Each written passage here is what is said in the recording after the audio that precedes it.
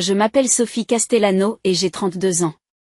La nuit où mes parents m'ont fait asseoir dans un couloir d'hôtel lors du 10e anniversaire de mon frère était censée être une célébration de l'amour et de l'engagement. Au lieu de cela, c'est devenu le moment où j'ai enfin montré à ma famille que l'échec qu'ils avaient passé une décennie à rejeter était en fait celui qui finançait tout leur mode de vie. Mais avant de vous raconter comment j'ai révélé que j'étais propriétaire de l'hôtel de luxe dont ils se vantaient depuis des mois, vous devez comprendre la cruauté systématique qui m'a conduite à m'asseoir à une table pliante dans un couloir tandis que 156 invités passaient devant moi comme si j'étais invisible. Je suis arrivé à l'hôtel Grandview à 18h, par une fraîche soirée de début novembre. L'hôtel est spectaculaire. Une propriété historique restaurée, perchée sur une colline, avec une vue panoramique sur la ville, des sols en marbre, des lustres en cristal et le genre d'élégance d'antan qui attirait les célébrités et les hommes politiques. Je l'avais acheté il y a 6 mois pour 2 ou 3 millions de dollars, dans le cadre d'un portefeuille de propriété que j'acquérais discrètement depuis 5 ans. Ce qui rendait cette soirée spéciale, ce n'était pas seulement la beauté du lieu. C'est que mon frère Daniel se vantait depuis 6 mois d'organiser sa fête d'anniversaire dans l'hôtel le plus exclusif de la ville, ignorant totalement que sa décevante petite sœur en possédait chaque mètre carré. Je me suis arrêté à l'entrée dans ma Toyota Camry pratique, en regardant les voituriers se précipiter pour ouvrir les portes aux Mercedes, BMW et Tesla. Un jeune voiturier s'est approché de ma voiture avec un sourire professionnel qui s'est légèrement altéré lorsqu'il a vu mon modeste véhicule parmi les voitures de luxe. Bienvenue au Grandview, me dit-il. Êtes-vous ici pour la célébration de l'anniversaire des Castellano? Oui. Je suis la sœur de Daniel, Sophie. Elle a pris mes clés, mais j'ai remarqué que son expression avait changé, une lueur de reconnaissance ou peut-être de pitié. Avant que je n'ai pu comprendre, mon père est apparu en haut des escaliers de l'entrée. Il portait un smoking sur mesure, ses cheveux gris étaient parfaitement coiffés, sa posture dégageait l'autorité d'un homme qui avait passé sa carrière à la tête d'une entreprise. Lorsqu'il m'a vu, son sourire accueillant s'est figé en quelque chose de plus dur. Sophie, dit-il sans bouger de sa position en haut de l'escalier. Vous êtes là. Pas, je suis content que tu sois venue, ni, tu es jolie, Juste une reconnaissance de mon existence, délivrée avec la chaleur d'un inspecteur du bâtiment constatant une infraction au code. Bien sûr que je suis là, papa. C'est l'anniversaire de Daniel. Il a descendu les escaliers lentement, me faisant délibérément attendre. Lorsqu'il m'atteignit, il me regarda avec une désapprobation à peine dissimulée. Je portais une simple robe noire, élégante, appropriée, mais pas griffée. Mes chaussures étaient des talons confortables d'un grand magasin, pas des loups-boutins. Mes bijoux étaient minimes, de petites boucles d'oreilles en perles qui appartenaient à ma grand-mère. Nous devons discuter de la disposition des sièges, dit mon père, la voix basse, mais pas assez pour que les invités proches ne l'entendent pas. Ta mère et moi avons pris des décisions concernant la disposition de la réception. D'accord, dis-je lentement, sentant que quelque chose n'allait pas. La salle de bal est prévue pour 150 invités. Nous avons organisé les places avec beaucoup de soin. La famille aux premières tables, les associés de Daniel et ses relations importantes au milieu. La famille élargie et les amis à l'arrière. Il marque une pause. Il n'y avait pas vraiment de table appropriée pour vous dans la salle de bal principale. Je les regardais fixement. Qu'est-ce que cela signifie? Cela signifie que nous avons aménagé un espace pour vous dans le couloir à l'extérieur de la salle de bal. Une petite table. Nous pourrons toujours tout entendre et voir une partie de ce qui se passe à travers la porte. Mais nous avons pensé qu'il valait mieux garder la salle de bal principale pour les personnes qui sont plus impliquées dans la vie de Daniel. Les mots m'ont frappé comme un coup physique. Vous me faites asseoir dans le couloir? En dehors de la salle de bal. C'est un endroit charmant, en fait. Un couloir très élégant. Vous serez très à l'aise. Il fait un geste vers un employé de l'hôtel qui porte une table pliante. Nous avons tout arrangé. Ne faites pas d'esclandre. Sophie. Daniel et Christina ont travaillé très dur pour que cette soirée soit parfaite. Avant que je ne puisse répondre, ma mère est apparue dans l'embrasure de la porte, vêtue d'une robe bordeaux qui coûtait probablement plus cher que mon loyer mensuel. Ou du moins, plus que le loyer qu'elle pensait que je payais. Elle m'a vu et s'est immédiatement approchée, ses talons claquant sur le sol de marbre avec la précision de quelqu'un qui sait qu'elle attire l'attention. Sophie, ma chérie, dit-elle, sans que son ton ne soit chaleureux. Ton père t'a expliqué la situation des sièges, il dit, je suis assis dans le couloir. Dans le couloir, oui. C'est en fait une solution très réfléchie. La salle de bal est réservée à la famille proche et au réseau professionnel de Daniel. Vous comprenez. Elle a jeté un coup d'œil à ma robe avec une déception à peine dissimulée. Vous n'avez pas pensé à porter quelque chose de plus formel?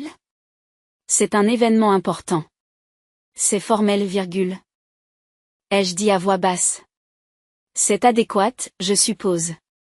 Bon, ce n'est pas grave. Venez, je vais vous montrer où vous allez vous asseoir. Elle m'a pris le bras d'une poigne qui semblait douce mais qui me semblait autoritaire, et m'a guidé à travers le hall vers la grande salle de bal.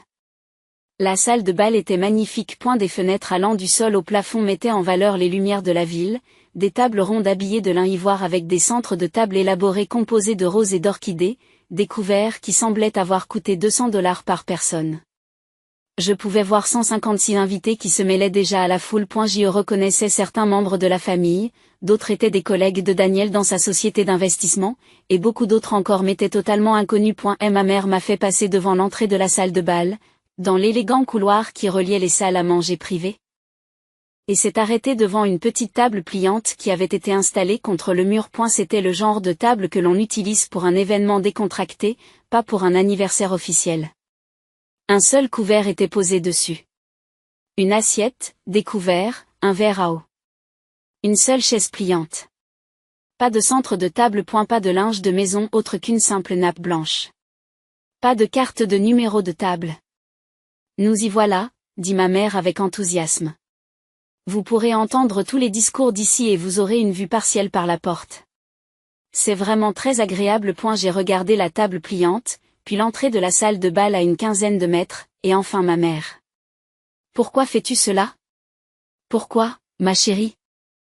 Nous t'accueillons à un événement très chargé. Daniel et Christina ont 150 invités dans cette salle de bal. Chaque table est occupée par des personnes qui comptent dans leur vie. Nous n'avions tout simplement pas de place aux tables principales. Je suis sa sœur. Oui, et vous êtes la bienvenue pour assister à la célébration. Juste d'ici. Elle ajuste son châle. Maintenant, je dois retourner accueillir les invités. L'heure du cocktail commence et votre père et moi allons prononcer le discours de bienvenue. Le dîner sera servi vers 19h30. Je suis sûre que quelqu'un vous apportera une assiette. Elle s'est éloignée avant que je puisse répondre, ses talons claquant en direction de la salle de bal, me laissant seule à côté d'une table pliante dans un couloir d'hôtel. Les invités ont commencé à arriver en plus grand nombre. Ils sont passés devant moi en se dirigeant vers la salle de bal. Beaucoup jetant un coup d'œil confus ou curieux à la table pliante. Certains m'ont reconnu et ont eu l'air mal à l'aise, ne sachant pas s'ils devaient me reconnaître ou faire comme s'ils ne m'avaient pas vu. D'autres sont simplement passés à côté, leur attention étant concentrée sur la célébration à venir. C'est alors que la voix de mon père retentit dans la salle de bal, amplifiée par un microphone. Bonsoir à tous. Bienvenue à cette célébration très spéciale des 10 ans de mariage de Daniel et Christina. Nous sommes ravis de vous accueillir à l'hôtel Grandview, l'un des lieux les plus magnifiques de la ville. Applaudissements. Rire. Le bruit des verres qui s'entrechoquent. Avant de commencer les festivités de la soirée, poursuit mon père, je tiens à remercier tous ceux qui ont rendu cette soirée possible. À ma femme Margaret pour son organisation impeccable. À Daniel et Christina pour avoir construit une vie si remarquable ensemble. Et à vous tous, notre famille, nos amis, nos collègues, pour avoir été les personnes importantes dans nos vies qui comptent vraiment. Il a fait une pause et j'ai entendu des murmures d'approbation. Certains d'entre vous ont peut-être remarqué une petite table dans le couloir à l'extérieur de cette salle de bal. C'est là que nous avons fait asseoir ma fille, Sophie.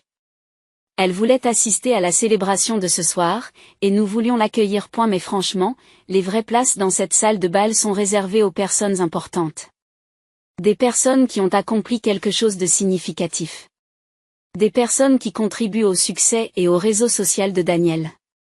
C'est le cas de Sophie. Techniquement, elle fait partie de la famille, mais elle n'a pas vraiment atteint le genre de succès qui justifie une place aux tables principales. Le silence qui a suivi était étouffant. Je suis restée figée à côté de ma table pliante. incapable de voir le visage de mon père mais entendant ses paroles traverser le couloir avec une clarté parfaite. Il l'avait mis dans un micro-point à 156 personnes. Il avait annoncé à toutes les personnes présentes que je n'étais pas assez important pour m'asseoir dans la grande salle de bal. Si vous avez besoin d'aller aux toilettes ou au vestiaire, vous passerez devant Sophie dans le couloir, a poursuivi mon père, sur un ton presque jovial, comme s'il avait fait une annonce pratique sur la logistique plutôt que d'humilier publiquement sa propre fille. S'il vous plaît, ne vous sentez pas obligé de vous arrêter et de discuter avec elle. Nous savons que vous êtes ici pour faire la fête avec Daniel et Christina. Maintenant, commençons cette merveilleuse soirée. La musique a commencé à jouer. Les conversations ont repris. Je suis resté dans le couloir, essayant d'assimiler ce qui venait de se passer. Tandis que les clients passaient devant moi pour se rendre dans les différentes parties de l'hôtel. Certains évitaient tout contact visuel. D'autres me fixaient avec un mélange de pitié et de gêne. Si vous avez pris des photos, faites-le discrètement, mais je les ai vues. À eu bout de 30 minutes, au moins 40 personnes étaient passées devant moi et j'étais devenu un spectacle. La fille assise à une table pliante dans le couloir. Celle qui n'était pas assez importante pour avoir un vrai siège. Et si vous appréciez vraiment cette histoire?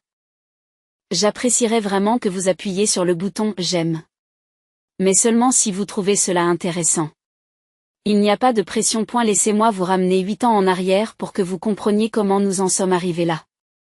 J'ai besoin que vous voyiez le schéma de licenciement et de manipulation financière qui a conduit mes parents à me faire asseoir dans un couloir pendant que 156 personnes étaient témoins de mon humiliation. J'ai grandi en tant que cadette d'une famille qui vénérait la réussite professionnelle et le statut social. Daniel, de 5 ans mon aîné, était l'enfant chéri depuis sa naissance. Elle est allée à Princeton, a obtenu son MBA à Harvard et a décroché un poste dans une grande société d'investissement de Manhattan, où il gagnait 420 000 $ par an. Elle a épousé Christina. Une avocate d'affaires issue d'une famille aisée dont les relations ont donné à mes parents le vertige de l'ascension sociale. Mes parents organisaient des fêtes élaborées pour ses promotions, encadraient ses articles dans la presse professionnelle et le présentaient comme « notre fils », le directeur des investissements. J'ai suivi un chemin différent. J'ai étudié la comptabilité dans une université d'État, j'ai obtenu mon diplôme avec mention et j'ai trouvé un emploi dans une petite entreprise spécialisée dans la comptabilité légale et le recouvrement d'actifs. Mon salaire de départ était de 58 000 $, un salaire respectable mais pas impressionnant selon les critères de ma famille. Mes parents disaient à leurs amis que je travaillais avec des chiffres sur le même ton qu'ils utiliseraient pour dire « travaille dans un centre d'appel ». Ce qu'ils ne savaient pas, c'est que j'étais exceptionnel dans mon travail. J'avais l'instinct pour trouver des actifs cachés, suivre des pistes financières complexes et récupérer de l'argent à la suite de fraudes sophistiquées.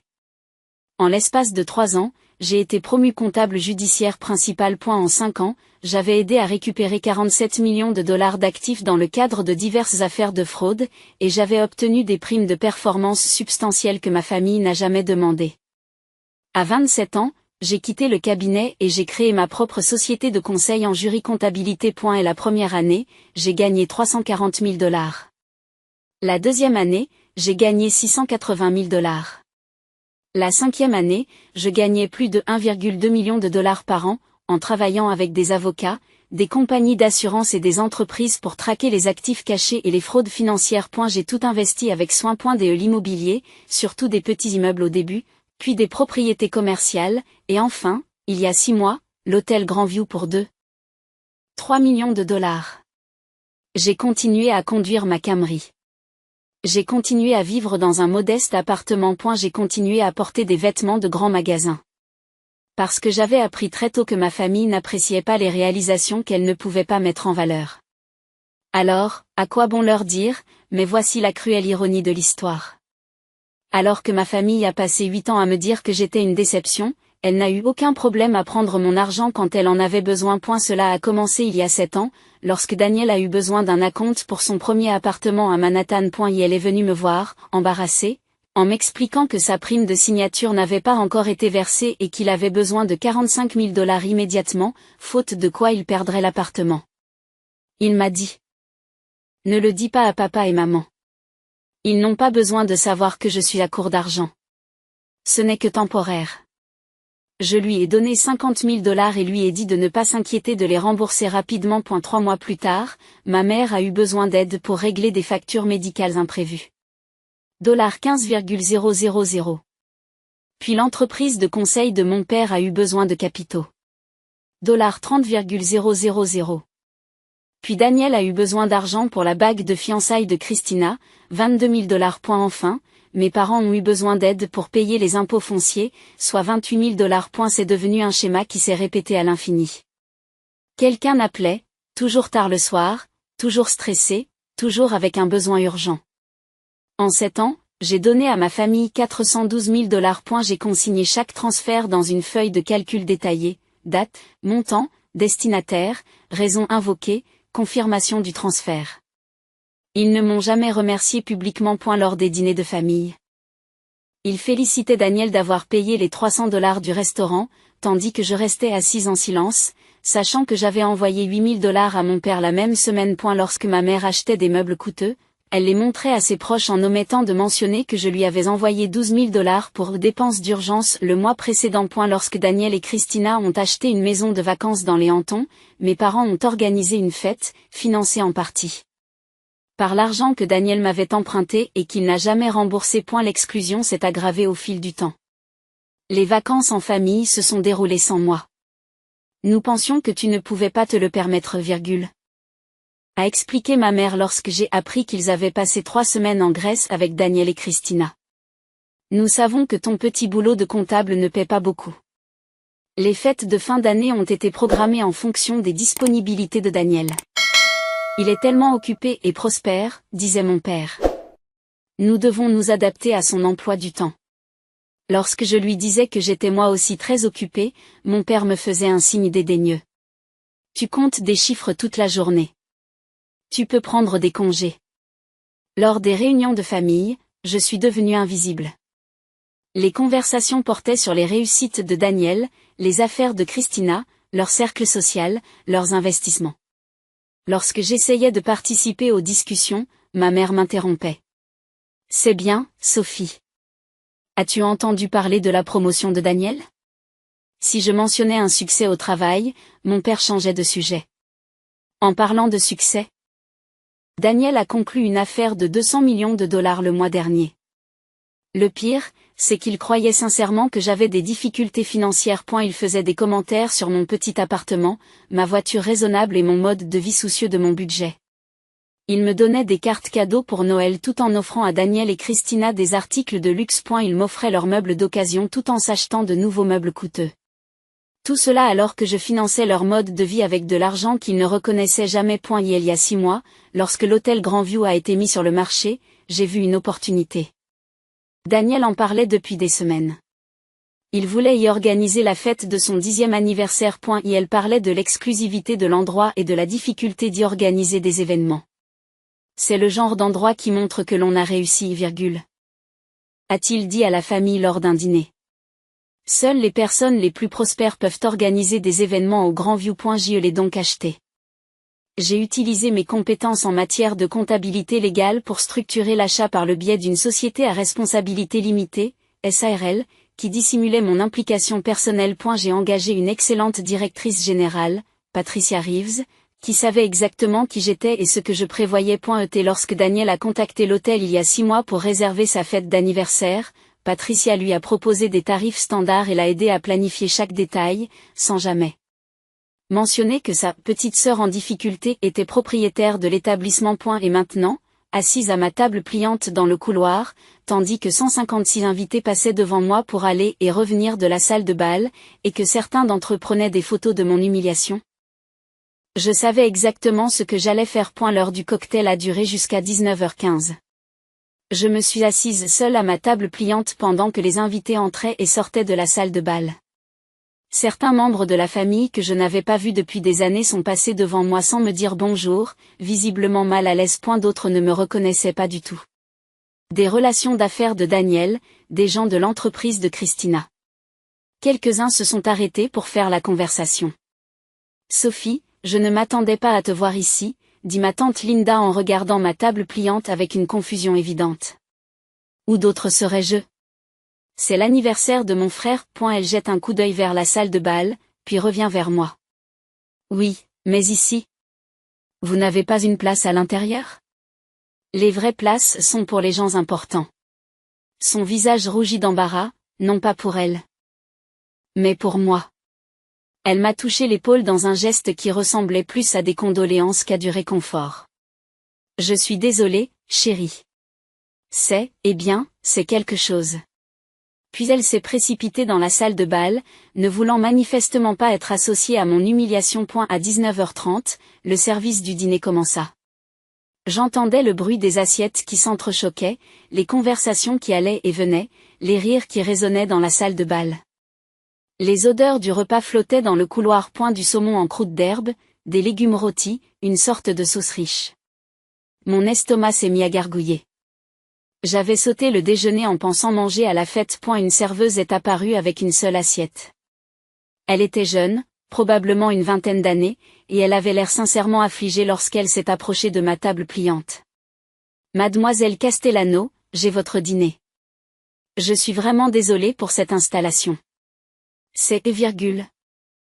Dit-elle en jetant un coup d'œil autour d'elle, comme pour vérifier s'il n'y avait pas d'oreilles indiscrètes.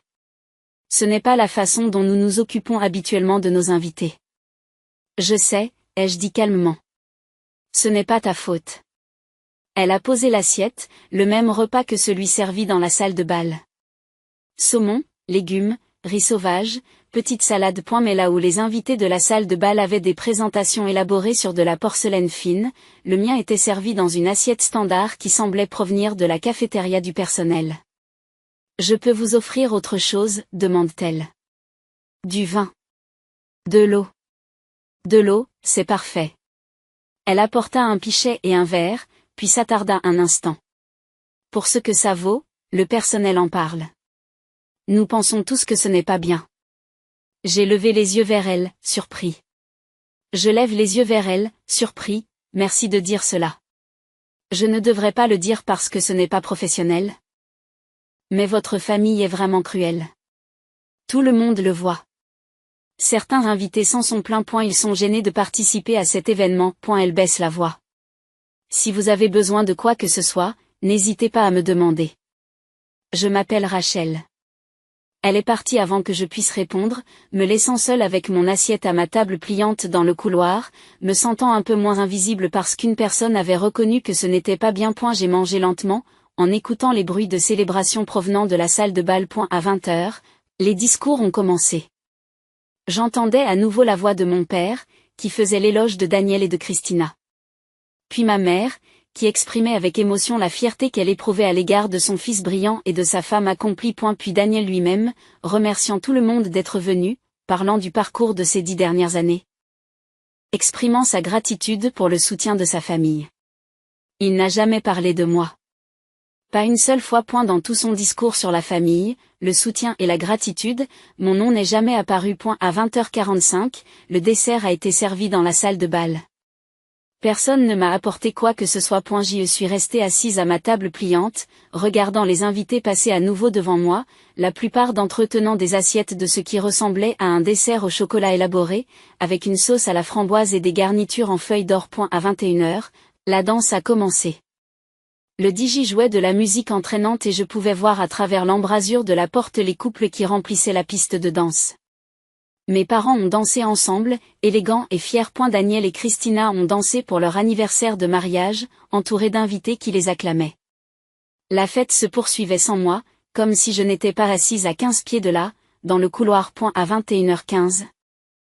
Je me suis levée, j'ai lissé ma robe noire simple et j'ai emprunté le couloir en direction des bureaux administratifs de l'hôtel. Plusieurs clients m'ont vu partir, mais personne ne m'a demandé où j'allais. Pourquoi le ferait-il? Je n'étais pas assez importante pour être suivie. Patricia Reeves m'attendait dans son bureau, exactement comme je l'avais demandé. Elle s'est levée quand je suis entrée, avec une expression professionnelle mais sympathique. Mademoiselle Castellano.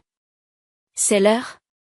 C'est l'heure, ai-je répondu. Elle m'a tendu une tablette sur laquelle étaient affichées les images des caméras de sécurité de la soirée.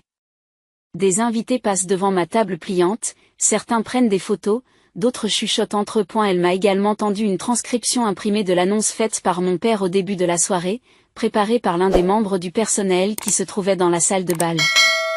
Tout est préparé comme vous le demandez, dit Patricia.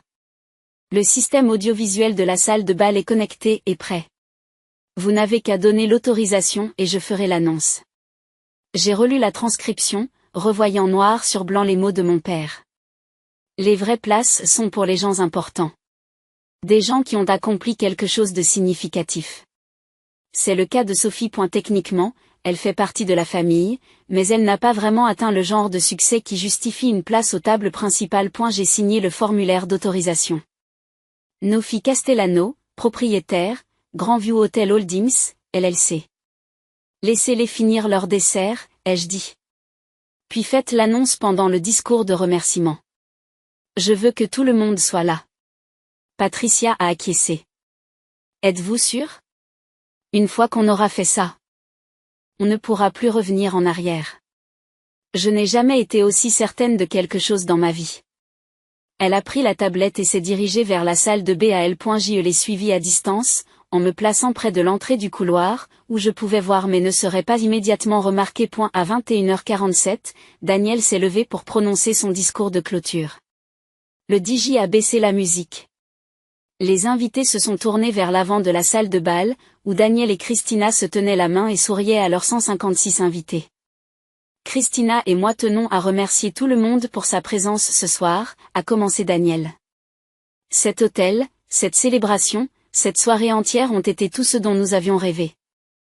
Nous avons travaillé très dur pour réserver le Grandview. C'est vraiment le lieu le plus prestigieux de la ville. Et nous sommes honorés de partager cet espace avec vous tous. Ma mère a essuyé ses larmes. Mon père rayonnait de fierté. Les invités ont levé leur verre pour porter un toast.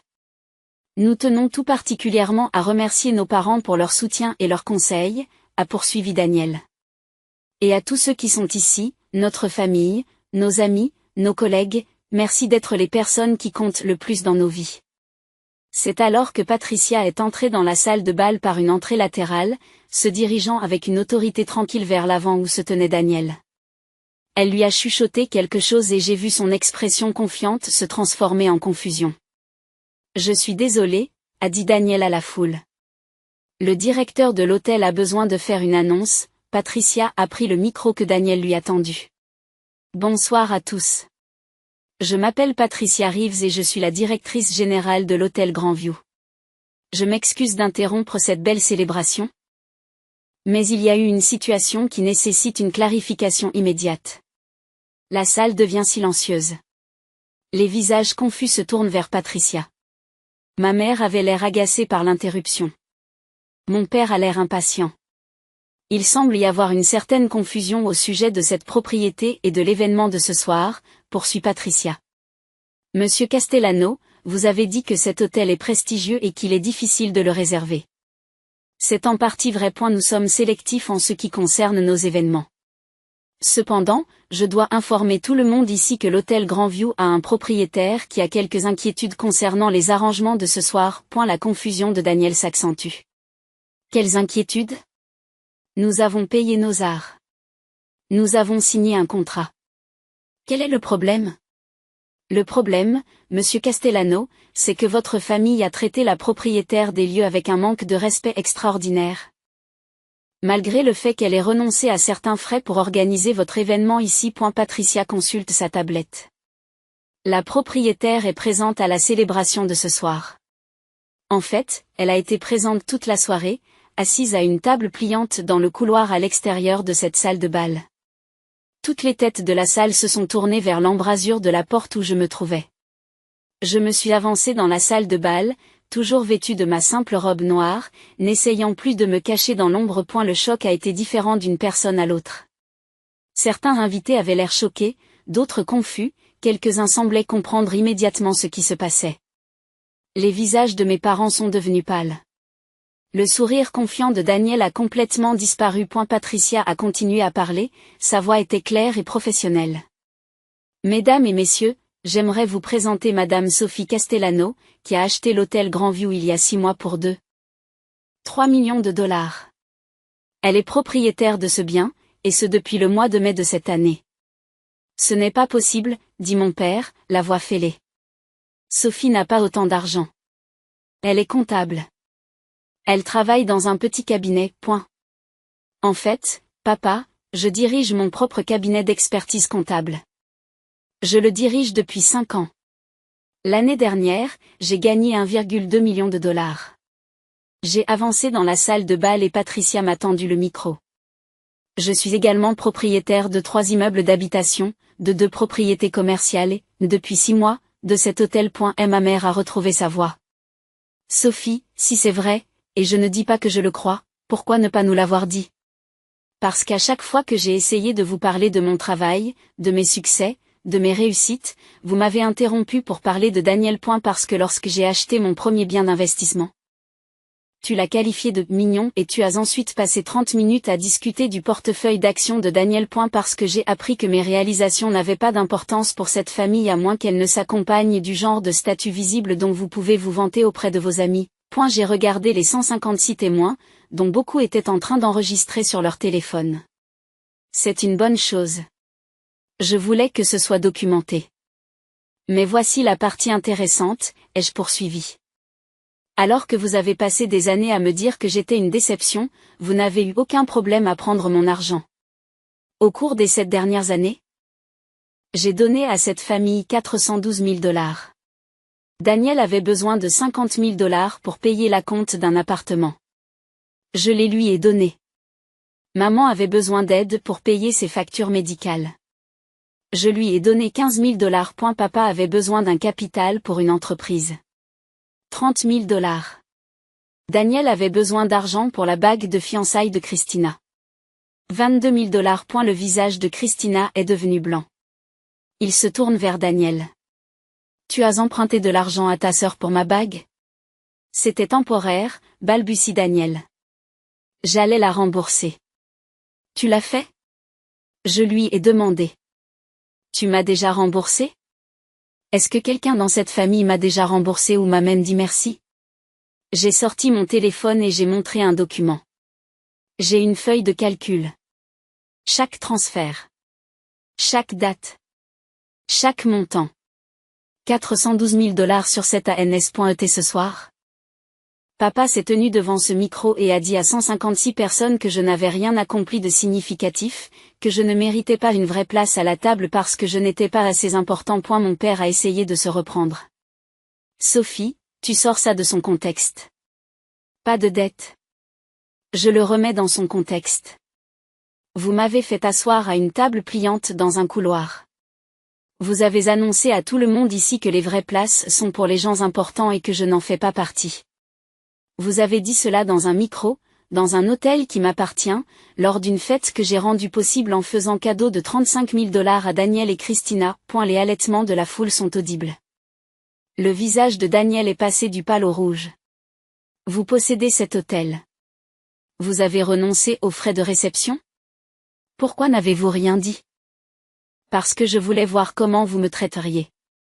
Je voulais des témoins. Je voulais que tout le monde dans cette pièce voie exactement qui est cette famille quand elle pense que quelqu'un n'a pas d'importance. J'ai regardé Patricia. Pouvez-vous leur montrer les images de sécurité?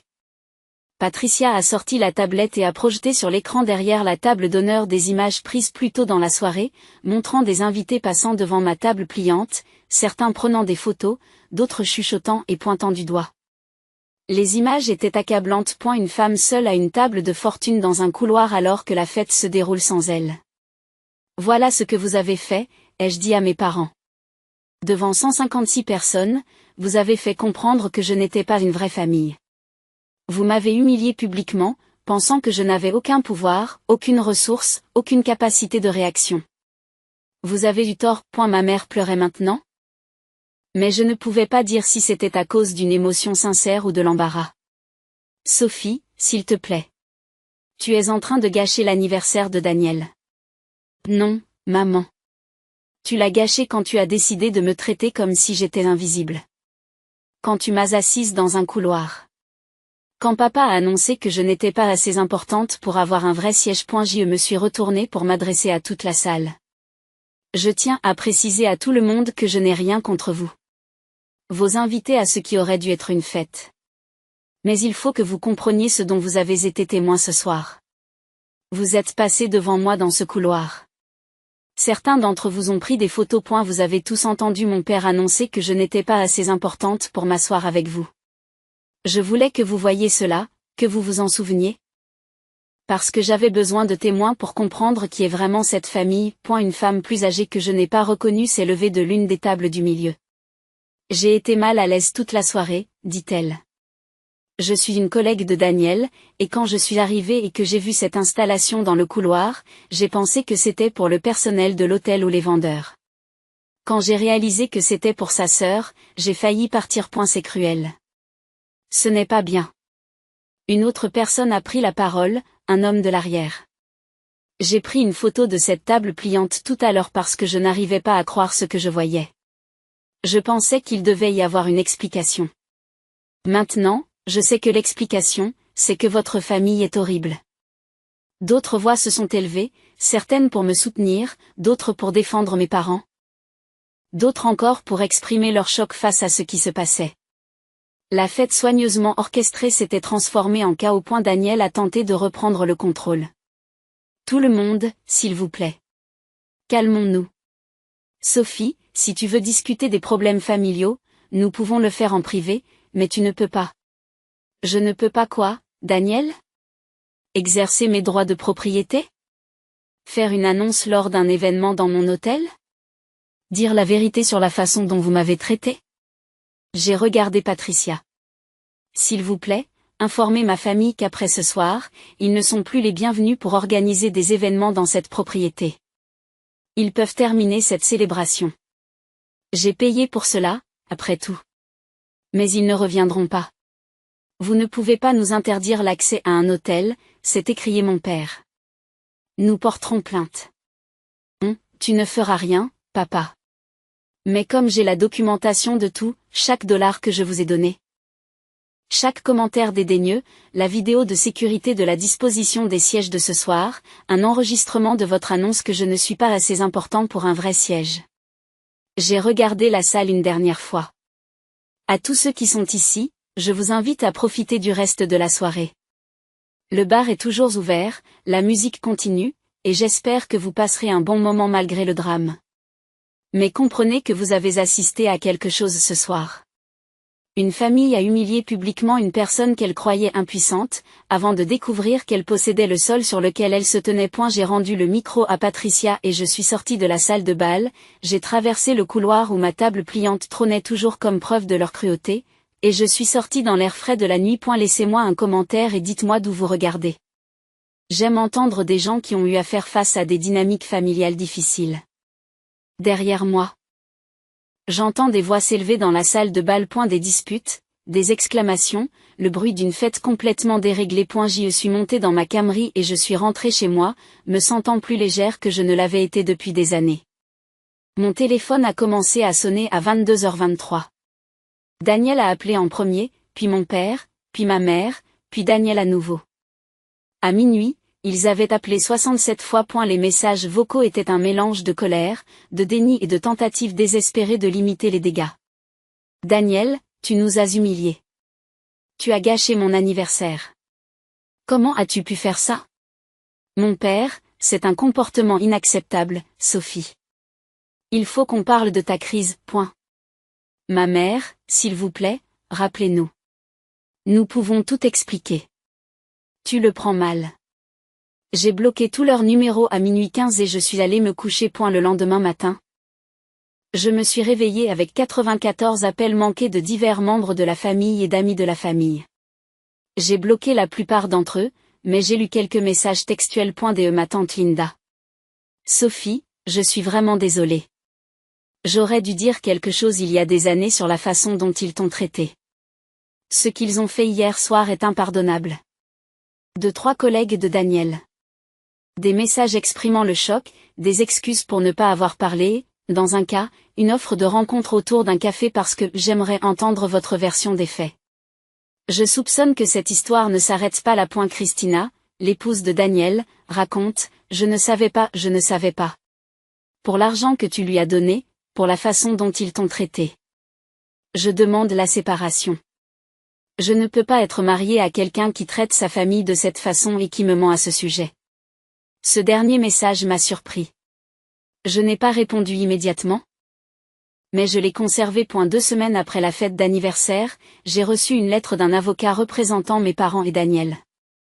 Ils exigeaient que je leur rende les 412 000 $ qu'ils prétendaient m'avoir donnés de bonne foi et que j'avais détournés. Et la lettre menaçait également de me poursuivre en justice pour infliction intentionnelle de détresse émotionnelle en raison de mon attaque publique. Lors de la fête d'anniversaire. J'ai transmis le tout à mon avocat, ainsi que ma feuille de calcul des transferts, les relevés bancaires indiquant chaque transaction, les SMS et les courriels demandant de l'argent, et les images de sécurité de la fête d'anniversaire. La réponse de mon avocat a été rapide et complète. Elle m'a envoyé une lettre de cessation et d'abstention contenant la documentation de chaque transfert effectué, la preuve que tous les fonds étaient des cadeaux, dont beaucoup étaient accompagnés de messages écrits de ma famille me remerciant et promettant de me rembourser, un jour ou l'autre. J'ai également menacé de les poursuivre pour diffamation s'ils continuaient à faire de fausses déclarations sur la nature des transactions financières. J'ai également inclus des captures d'écran de l'annonce publique de mon père selon laquelle je n'étais pas assez important pour avoir un vrai siège, ainsi que des témoignages du personnel de l'hôtel sur la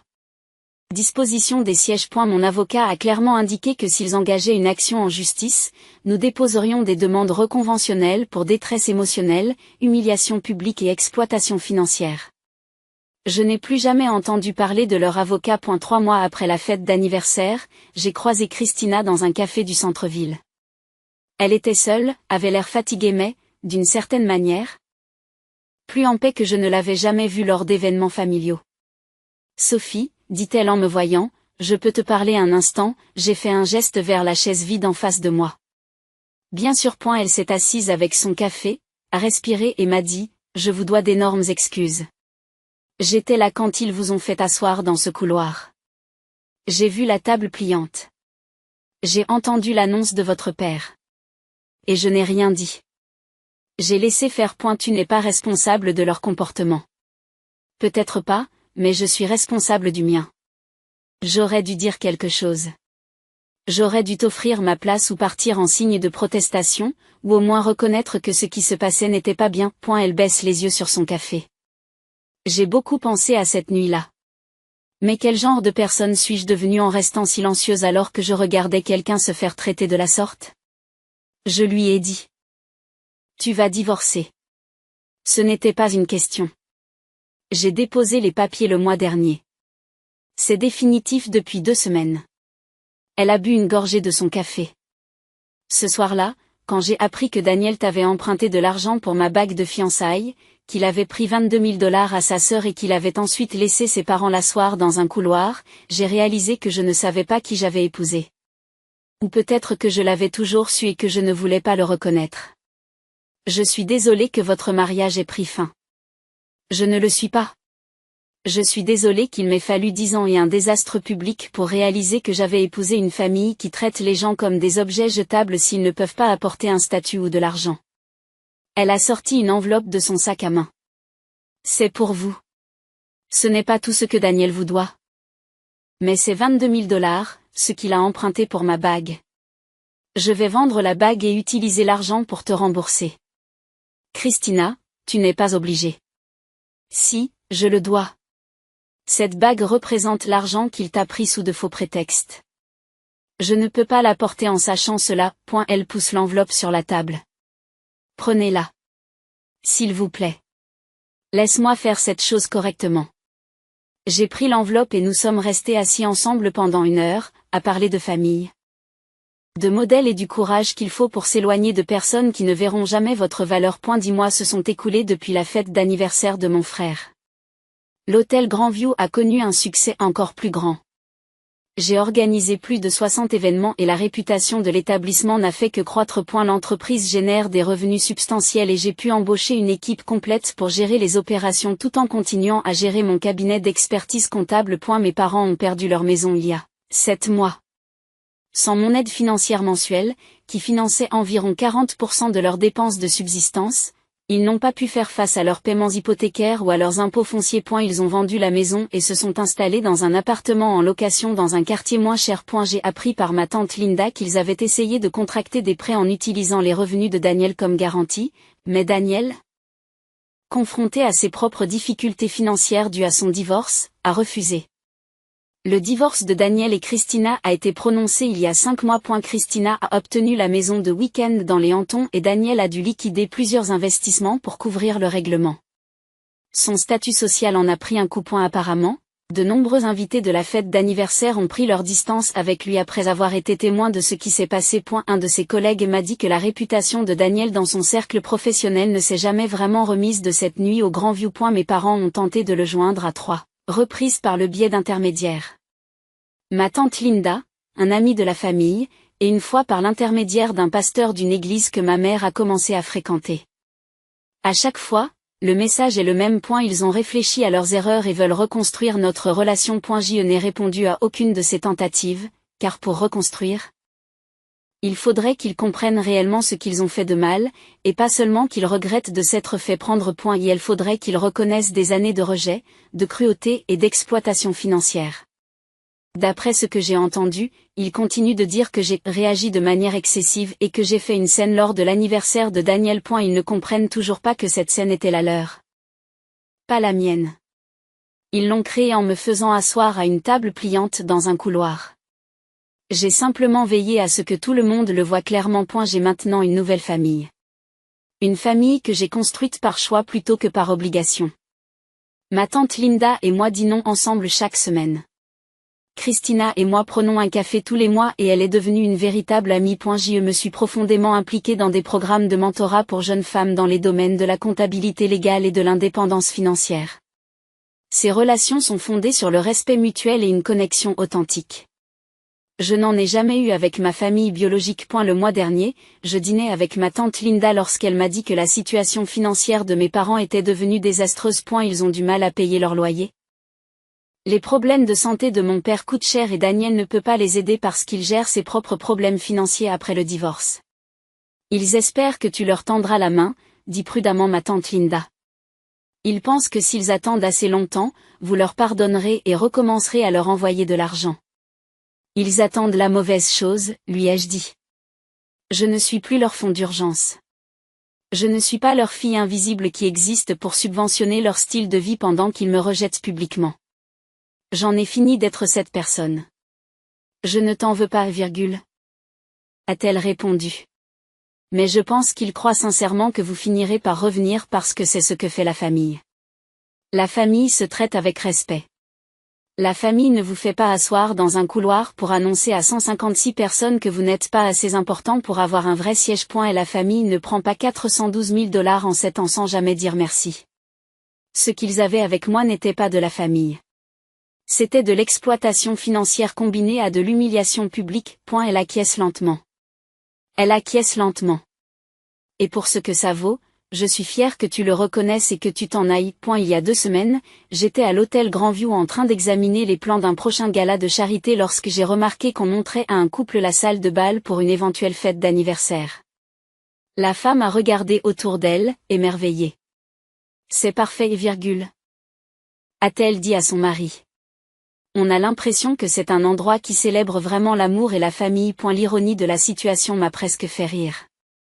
Cette salle de bal, où ma famille m'avait fait asseoir dans un couloir et avait dit à 156 personnes que je n'étais pas assez important, était devenue un symbole de célébration pour d'autres personnes.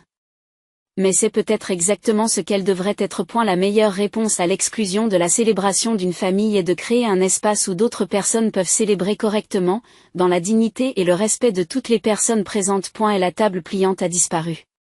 Je l'ai fait enlever le lendemain de la fête d'anniversaire. Le couloir à l'extérieur de la salle de bal est maintenant magnifiquement décoré avec des sièges confortables et des tables d'appoint élégantes. Un espace où les invités peuvent se réunir et discuter. Où tout le monde est le bienvenu et où personne n'est considéré comme moins important. Mais j'ai gardé une photo de l'endroit ce soir-là.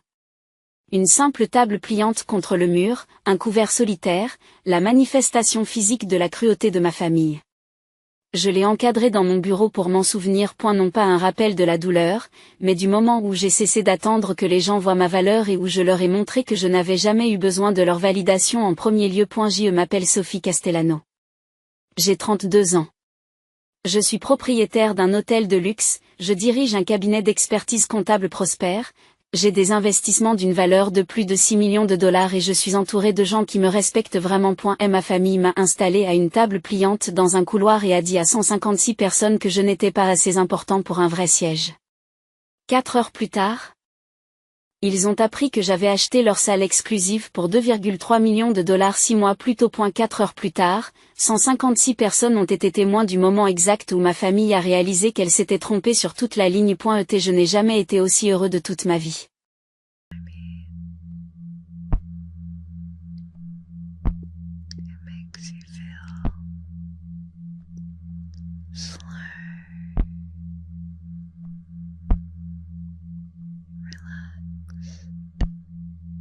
Almost in a trance-like state. Yeah, you feel it too.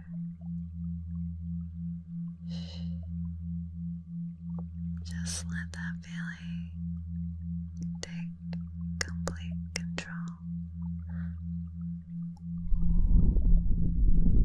as you fall deeper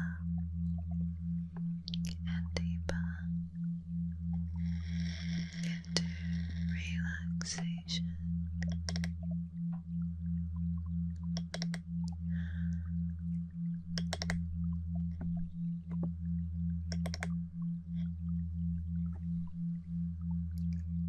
Relax.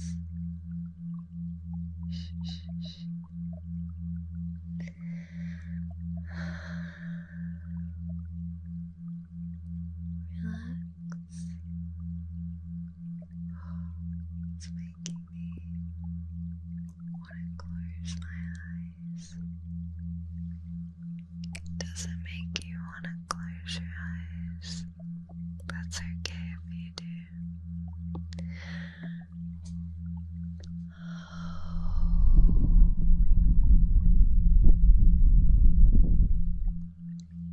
Let's have a little break for your brain. Ready? 1, 2, 3.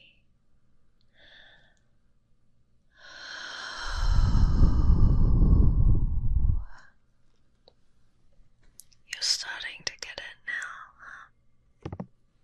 You get the appeal of the brain melter.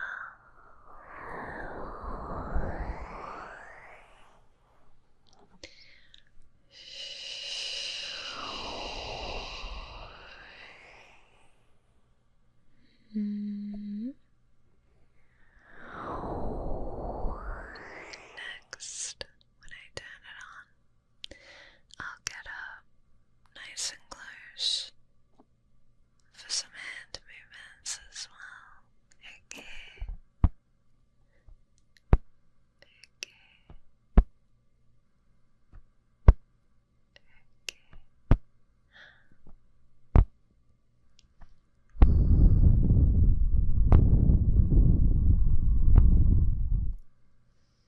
Just relax.